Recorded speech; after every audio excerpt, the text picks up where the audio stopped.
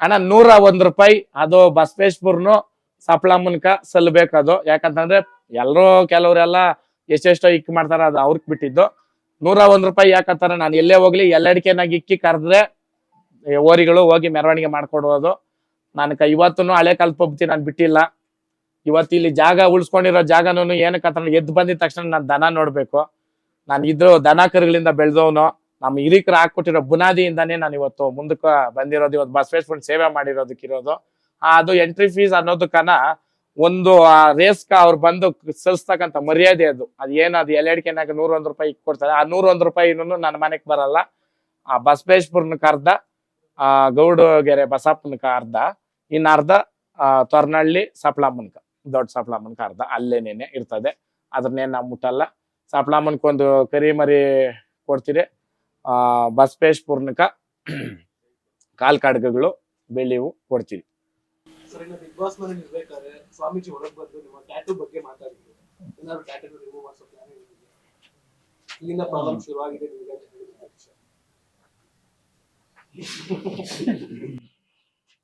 ಇದಕ್ಕೆ ಉತ್ತರ ಹೆಂಗ್ ಕೊಡ್ಬೇಕು ನಮ್ಗೆ ಗೊತ್ತಾಗ್ತಾ ಇಲ್ಲ. ಇರ್ಲಿ, ಕೇಳ್ಬಿಟ್ಟಿದ್ರೆ ಪ್ರಶ್ನೆ. ಒಂದು ಟ್ಯಾಟೂ ಇಂದ ಏನ್ ಹೇಳಿದ್ರಿ? ಪ್ರಾಬ್ಲಮ್ ಸ್ಟಾರ್ಟ್ ಆಗ್ತೈತೆ. ಅದೇ ಒಂದು ಟ್ಯಾಟೂ ಇಂದ ಒಳ್ಳೇದು ಆಗ್ಬೋದಲ್ಲ ಅಲ್ವಾ?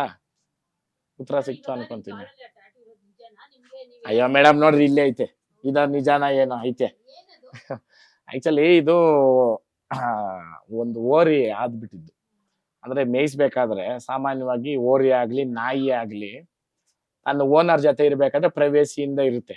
ಅದು ಸಡನ್ ಆಗಿ ಅದು ಖುಷಿಯಿಂದ ಇರ್ಬೇಕಾದ್ರೆ ಯಾರಾದ್ರೂ ಹೊಸಬ್ರು ಬಂದಾಗ ಇಮಿಡಿಯೇಟ್ ಅಗ್ರೆಷನ್ ತೋರಿಸುತ್ತೆ. ಆಗ ಹೋದಾಗ ನಾನು ಮೂಗ್ದಾರ ಇಮಿಡಿಯೇಟ್ ಹಿಡ್ಕೊಂಡಾಗ ಅದು ಆದ್ರೆ ಹಿಂಗಾಯ್ಬೇಕು. ಅದು ಹಿಂಗಂದಿದ್ದು ಸೈಡ್ಗೆ ಅವನ ಮೇಲೆ ಇರೋ ಕೋಪಕ್ಕ ಅದೇನಾಯ್ತು, ಕೊಂಬು ಚೂಪಲ್ಲ, ಅದು ಹಿಂಗೆ ತರ್ಚ್ಕೊಂತು. ಹಿಂಗೆ ಆ ತರ್ಚ್ಕೊಂಡವಾಗ ಆಲ್ಟಿಂದ ಈ ಮೇನ್ ದೊಡ್ಡ ಬೆಟ್ಟಿಗೆ ಇದಿರ್ತಂತೆ ನರ, ಒಂದು ಅರ್ಧ ಇಂಚಲ್ಲಿ ಅದು ತಪ್ಸ್ಕೊಂತು. ಬಟ್ ರಕ್ತ ಫುಲ್ ಹೋಗಿತ್ತು.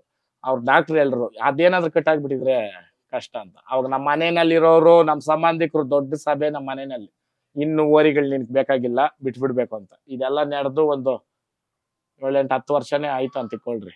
ಆವತ್ತು ಹೇಳಿದ್ ಒಂದೇ ಮಾತು, ಇದ್ರೆ ಇದ್ರಾಗ ಇರ್ಬೇಕು, ಸತ್ರೆ ಇದ್ರಾಗೆ ಸಾಯ್ಬೇಕು. ನಾನು ಓರಿಗಳು ಬಿಟ್ಟಂತೂ ನಾನು ಇರಲ್ಲ ಅಂದಿದ್ಕೆ ಇವತ್ತು ಈ ವೇದಿಕೆ ಕೊಟ್ಟು ಭಗವಂತನೋ ನನ್ನನ್ನ ಇಷ್ಟು ಮೆರೆಸ್ತಾ ಇರೋದು. ಏನೇನೋ ಅಪವಾದಗಳು ಗೊತ್ತಲ್ಲ ನಿಮ್ಕ, ನಿಂದಿಸೋರು ಇರ್ಬೇಕಯ್ಯ ಹಂದಿ ಅಂತ ಅವ್ರವ್ರ ನಿಂದನೆ ಮಾಡ್ಕೊಂಡು ಅವ್ರವ್ರೇ ಹಂದಿಗಳಾಗೋದು. ಹಂದಿಗಳಿಗೂ ಹೋಲ್ಸಲ್ಲ, ಅದೂ ಒಂದು ಪ್ರಾಣಿ. ನ್ಯೂಸ್ ಫಸ್ಟ್, ನಿರ್ಭೀತಿಯಿಂದ ನಿಮ್ಮ ಪರವಾಗಿ.